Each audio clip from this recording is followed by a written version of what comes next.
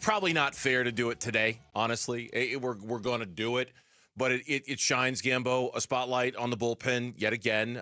Shelby Miller pitching for the third consecutive day. You and I both agree that the fact that he had to come into that game on Monday, even though he only threw 4 pitches to get out of that mess that Ryan Thompson left him, put him in that position where he was at least compromised for last night's game in terms of for sure. First time in his career he's pitched 3 straight days. Now I know you're driving around, you go, okay, so what? Suck it up, Buttercup. But that's, if you've never done it before, you're not at your optimal best, and so it shines the light on the trouble with the bullpen again. Even though the bullpen was for the most part fantastic last night.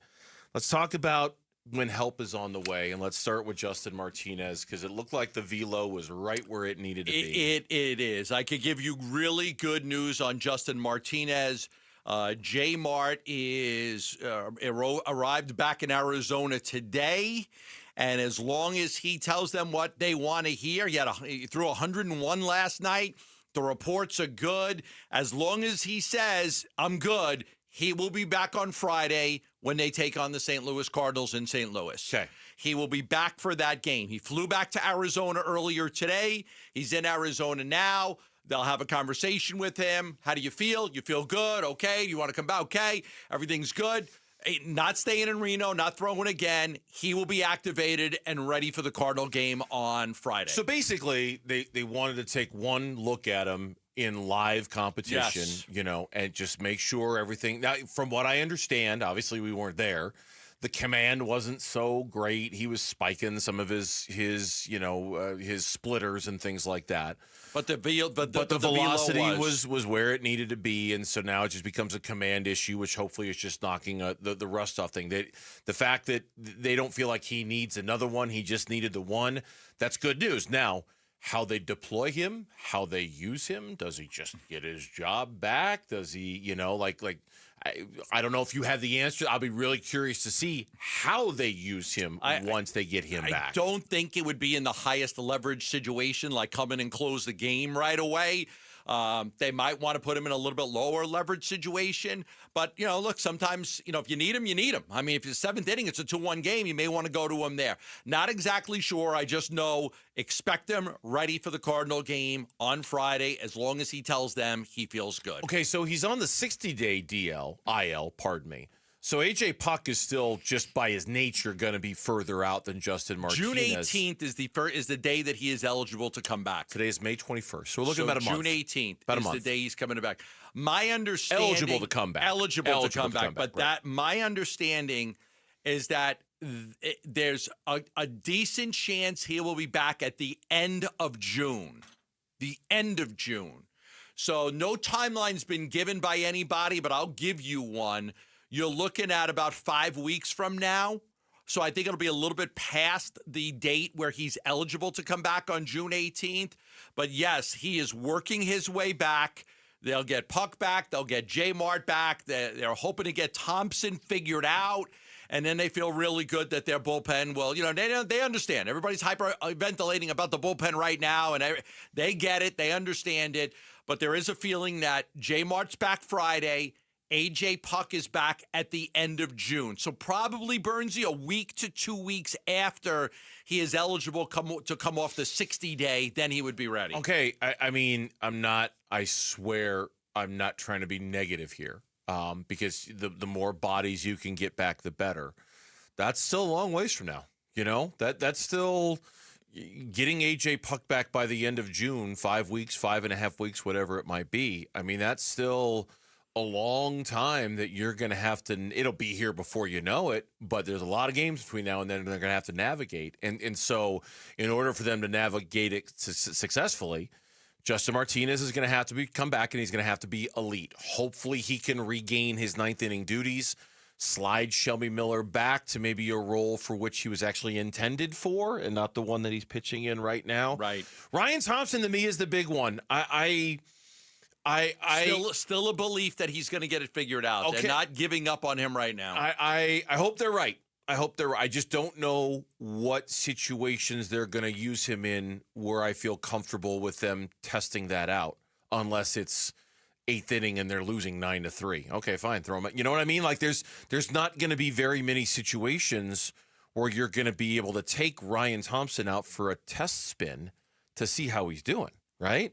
It's going to have to be the lower leverage situation the lowest leverage. I know. The lowest of low leverage situations. You can come into the game when we're up by more than 10 runs. I mean, honestly, do you feel comfortable with him? No. I mean, after last night's game, after 2 nights ago, you had to bring Shelby Miller into the game. You were up by 6 runs. Yeah. He couldn't protect the 6-run lead. You're on the ropes, of course. Like, no, I don't. I understand them wanting to get right, them needing him to get right. He's like we talked about yesterday. He is so. If you go back and look at 2023 when he had a sub-1 ERA on their way to the World Series, huge. Look at him even last year. I think his ERA was like 3.2, 3.3 for the season in 67 appearances. Huge. They need him back. He's. You said it yesterday, and I agree 100%. He's the reason why the bullpen's all wonky right now. It's not. I mean, it's partially Justin Martinez. And it's partially A.J. Puck. It's mainly Thompson and Manaply. You have those injuries, it forces everybody to go outside of roles. Ryan Thompson's role has not changed. He's still pitching the same role he was pitching in 23 and in 24, but because he's been so bad at it, it's just forced them into scramble mode right now because they can't figure out how to even get to the 8th or the 9th. Look, Shelby Miller is supposed to be a 6th-inning pitcher, not the guy closing baseball games for you. This is not how it was drawn up. Shelby Miller is supposed to pitch in the 6th inning, not the 9th inning. Yep. But the biggest problem, like you've mentioned, is it's just Thompson's inability to do his job. And I couple that with Mantiply, I really do. Those two together, unable to get the job done is, and then obviously Puck and Martinez getting hurt. So Puck and Martinez get hurt, those two are down. Mantiply and Thompson can't get anybody out. Now you got 4. So you got 4 guys that you went into the season with and said, these are 4 reliable bullpen arms. A.J. Puck, Justin Martinez, Joe Mantiply, Ryan Thompson. 4 reliable bullpen arms. Now you can't pitch any of those guys? Puck's out, Martinez is out, Mantiply's in the minors, and Thompson you can't pitch in any game unless you're up by 10 right now. Mm-hmm. Like, that's a problem. That's a problem. Yeah. You know, thank goodness for guys like Beeks, but like, you know, it's not one guy is out or 2, 4 different guys have affected this pen. All right, something we talked about yesterday as well. Going outside the organization and acquiring somebody else. We talked a little bit about David Robertson.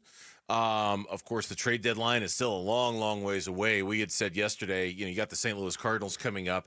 There was once upon a time a belief that Ryan Helsley was available. Can't imagine he is now with how well the Cardinals are off to. What about going outside the organization for somebody? I think that they will obviously continue to look at it, but nobody's trading anybody right now. They're going to stay engaged on all the relievers. Every team needs relievers. Everybody's going to look for relievers. I did check on Robertson, and they haven't even really kicked the tires on him. But I will tell you, like, if he does want $10 million a year, that's just not going to happen here. Robertson, maybe because of his age, might be waiting to kind of see how things play out, not wanting to pitch a full season. Can he pitch half a season with somebody instead of a full year? And it might be that he only wants to pitch in 1 or 2 places, and he's just kind of waiting on that. He might be able to say, listen, I pitched in this league for a long time. I made a lot of money. I'll only pitch in these couple of places. But I will tell you, I don't think the Diamondbacks have not kicked the tires on David Robertson yet. They're going to stay very engaged in all the relievers out there. And, of course, when the trade deadline comes, if they're in it, I would expect that they're going to go get a relief pitcher. But right now, it's just monitoring all the different guys, keeping their tabs on them to get ready for when that day comes. Okay, one other guy I'm just going to mention, and I don't think you have any information on him, unless if you do, I'll be very impressed. And you usually do a very good job of impressing me with this. Do you know what we're coming up on the 1-year anniversary of? Andrew Saulfrank's suspension. Oh, wow. Andrew Saulfrank was suspended on June 4th of 2024. Okay, all right. I'll do some digging. And it was for gambling, right? So I don't know what he's allowed to do, what workouts he's been doing on his own, but that is a name, somewhere down the road. Would he be of use to the Arizona Diamondbacks? Because they're coming up on the 1-year anniversary of his suspension, and it was a 1-year suspension. And he was pretty good. He was pretty good. He was pretty good in 23. He took a step back in 24. Right. He was getting a little exposed in 24. But I have not. Nobody has told me that they're looking forward to him coming back and counting on him. You saying Mantiply's name made me think about lefties. Lefty. And I'm like, oh, Saulfrank. That's got to be coming up. Yeah, June 4th. June 4th is 1 year for Andrew Saulfrank. So just something to kind of keep in the back of everybody's mind. Yeah. Thanks for watching Burns and Gambo. Click to see more from the guys and hit the button in the middle to subscribe so you never miss a video from Arizona sports.